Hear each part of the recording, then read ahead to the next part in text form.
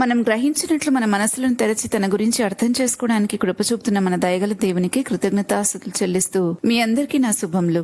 ఈ రోజు మన వాక్య ధ్యానం లూకా సువార్త 24వ అధ్యాయం 45 నుంచి 53 వచనాల వరకు. దీనితో ఈ అధ్యాయము, ఈ సువార్త యొక్క ధ్యానము ముగుస్తుంది. యేసుప్రభు వారు తన గురించి వ్రాయబడినవన్నీ నెరవేరినవని చెప్పడం నిన్నటి ధ్యానంలో మనం చూసాం కదా. ఆ తర్వాత 45వ వచనంలో ప్రభు చేసిన అన్ని అద్భుతాల్లోకి నా దృష్టికి ఇంకా గొప్పదైన మహిమాయుక్తమైన అద్భుతాన్ని ఇక్కడ 45వ వచనంలో మనం చూస్తాం. అప్పుడు వారు లేఖనములు గ్రహించినట్లుగా ఆయన వారి మనస్సును తెరచి అని. చెవులు తెరవటం కాదు, కళ్ళు తెరవటం కాదు, మనస్సు తెరవటం అనేది చాలా ముఖ్యమైన విషయం. ఇది మనందరిలో జరగాల్సిన అద్భుతం. ఎందుకో తెలుసా? లేఖనాలు గ్రహించకే శాస్త్రులు పరిసయ్యులు అలాగయ్యారు. వారిని గురించి ప్రభు ఎన్నోసార్లు అయ్యో శాస్త్రులారా పరిసయ్యులారా అంటూ ఎన్నో తీర్పులు వారి మీద ప్రకటించారు. లేఖనాలను గ్రహించకే సద్దుకైలు దేవుని శక్తిని తెలుసుకోలేకపోయారు. లేఖనాలను గ్రహించకే తన సొంత ఇంటి వారు ఆయన్ని దయ్యం పట్టిందన్నారు. ఇంకా జనులు ఎంతో అవిశ్వాసాన్ని ప్రకటించారు.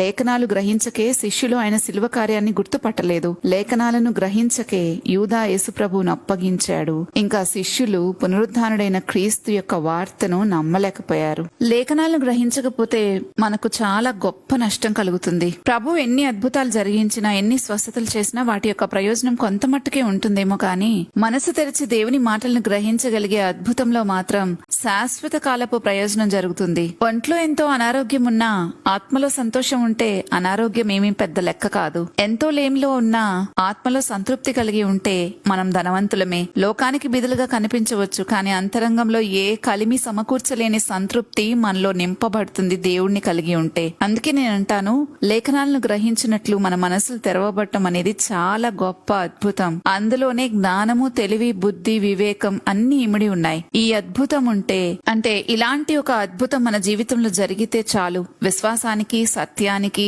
ఏ కొదువ ఉండదు. పరలోకాన్ని భూమి మీదకి దించేయగలం. ఈ ప్రపంచం ఎన్నో అద్భుతాలను ఆశిస్తూ ఉంటుంది, శారీరకమైనవి, లోకపరమైనవి. కానీ వాటన్నిటికంటే గొప్ప అద్భుతం ఇదే. యేసుక్రీస్తు ప్రభువారు మన మనస్సును తెరచి లేఖనాలను గ్రహించేటట్లు చేయడమే. ఎందుకంటే అప్పుడు మాత్రమే మనకు సత్యమేంటో తెలుస్తుంది, విశ్వాసంలో బలపడతాం, జీవితం అద్భుతంగా మార్పు చెందుతుంది. బయట పరిస్థితులు మారకపోవచ్చు, కానీ లోపల మన దృష్టి అద్భుతంగా మారిపోతుంది. లోకంలో లేమి ఉన్న ఆత్మలో చాలా సంపూర్ణత వస్తుంది. మన జీవితం ద్వారా పరలోక సత్యము భూమి మీద ప్రత్యక్షం అవుతుంది. వీటన్నిటికీ కారణం ఒక్కటే అద్భుతం. ఆ అద్భుతం మనందరిలో జరగాలని ప్రభువుని కోరుకుంటున్నాను. ఇంకా మనం ఆ తర్వాత వచనాలు చూసినట్లయితే 46 నుంచి 48 వచనాల్లో క్రీస్తు శ్రమపడి 3వ దినమున మృతులలో నుండి లేచిననియు యెరూషలేం మొదలుకుని సమస్త జనములలో ఆయన పేరట మారు మనస్సును పాపక్షమాపణయు ప్రకటింపబడిననియు వ్రాయబడి ఉన్నది. ఈ సంగతులకు మీరే సాక్షులు అని 48వ వచనంలో యేసుప్రభు వారు శిష్యులతో చెప్పడం మనం గమనిస్తాం.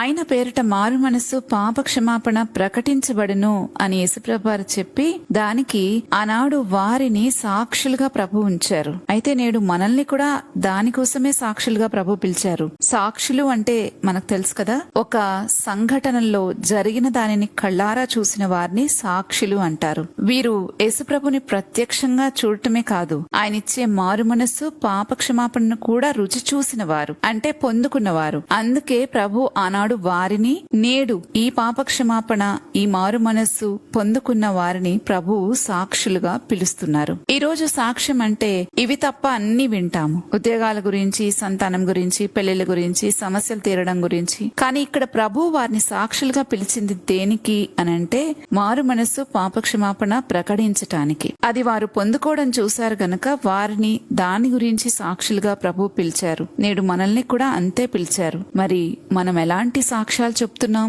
ఎలాంటి సాక్షులుగా మనం ఉంటున్నాం? ఒక్కసారి మనం ఆలోచించుకోవాలి. మనమే మారు మనసు పొందుకోకుండా, పాపక్షమాపణ లేకుండా యేసు ప్రభు దేవుడు, ఆయన పలానా పని చేస్తాడు అని చెప్పటము ఎంతవరకు రైట్ గా ఉంటుంది ఒక్కసారి ఆలోచించాలి. ఈ ప్రపంచము మనం లోకంలో శరీర సంబంధంగా పొందుకున్న విజయాలను మన దగ్గర నుంచి వినాలని అనుకుంటుంది. కానీ ప్రభువు మనలో జరిగిన మార్పును గురించి సాక్ష్యం ఇవ్వాలి అని అంటారు. నిజమైన సాక్ష్యం అనేది దేవుడు మన జీవితాన్ని ఎలా మార్చాడో చెప్పడమే. మన జీవితంలో జరిగిన మార్పు, మన పాపక్షమాపణ అనుభవం, ఇవే నిజమైన సాక్ష్యం. మనం చూసింది, అనుభవించింది, పొందుకుంది అదే ప్రకటించాలి. యేసుక్రీస్తుని గురించి మన అనుభవంలో లేని విషయాలు ఇది చెప్తే గొప్పగా ఉంటుందిలే అని కల్పించిన వాటిని ప్రకటిస్తే మనం అబద్ధ సాక్షులం అవుతాం. మనం ఎలాంటి సాక్షులు మనుషులుగా ఉన్నామో ఒక్కసారి మనల్ని మనం పరీక్షించుకోవాలి. ఇంకా ఆ తర్వాత 49వ వచనంలో మనం చూసినట్లయితే, ఇదిగో నా తండ్రి వాగ్దానం చేసినది మీ మీదకి పంపుచున్నాను, మీరు పైనుండి శక్తి పొందుకునే వరకు పట్టణంలో నిలిచినుడని వారితో చెప్పెను.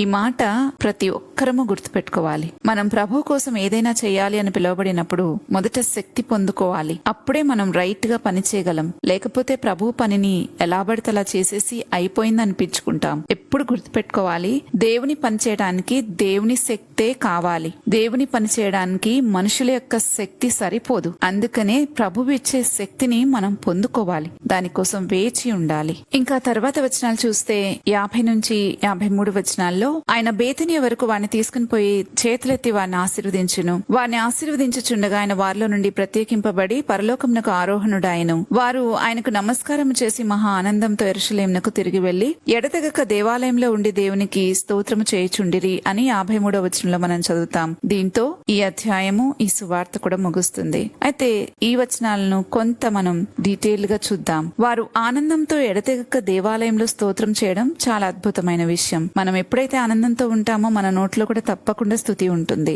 అయితే ఇక్కడ వీరెందుకు ఆనందంతో ఉన్నారు? నిజానికి ప్రభు వెళ్లిపోతున్నారు, వీరిని విడిచిపెట్టి దుఃఖపడాలి కదా. కానీ వీరి ఆనందం ఏంటంటే, వీరు ఇప్పటికీ లేఖనాలను గ్రహించగలిగారు. ప్రభు చెప్పిన దాన్ని నమ్మగలిగారు. వారికి ఇంకా ఏ అనుమానం లేదు. వారి మనస్సు తెరవబడింది. ప్రభు చేసిన ఈ అద్భుతం ద్వారా వారిలో ఎన్నో సరైపోయాయి. ఇలా ఎప్పుడు ఎట్లా స్పందించాలో, ఏం అడగాలో, ఏం చెయ్యాలో అన్ని కూడా వారికి ఒక స్పష్టత కలిగింది. విశ్వసించారు. ప్రభు వారి మీదకు పంపబోయే పరిశుద్ధాత్మ కోసము స్తుతులు చెల్లిస్తూ నిరీక్షించారు. యేసుక్రీస్తు ప్రభు వారు చేసిన అద్భుతాల్లో చాలా గొప్ప అద్భుతం ఇది. ఇది బయట పరిస్థితులను మార్చడం కాదు, మన మనస్సును తెరిచి సత్యాన్ని గ్రహించేటట్లు చేయడం. మనసు తెరవబడినప్పుడు సందేహం ఇంకా ఉండదు కదా, విశ్వాసమే ఉంటుంది. నిరాశ పోయి దాని స్థానంలో నిరీక్షణ వస్తుంది. గందరగోళం తొలగిపోయి స్పష్టత కలుగుతుంది. అందుకే శిష్యులు ప్రభు వెళ్లిపోయినా దుఃఖంలో కాకుండా ఆనందంతో నిలబడ్డారు. ఎందుకంటే ఇప్పుడు వారికి అర్థమైంది, వారికి నమ్మకం వచ్చింది, వారికి గమ్యం ఏంటో తెలిసింది. అదే విధంగా మన జీవితంలో కూడా లేఖనాలను గ్రహించే కృప గనక మనం కలిగి ఉంటే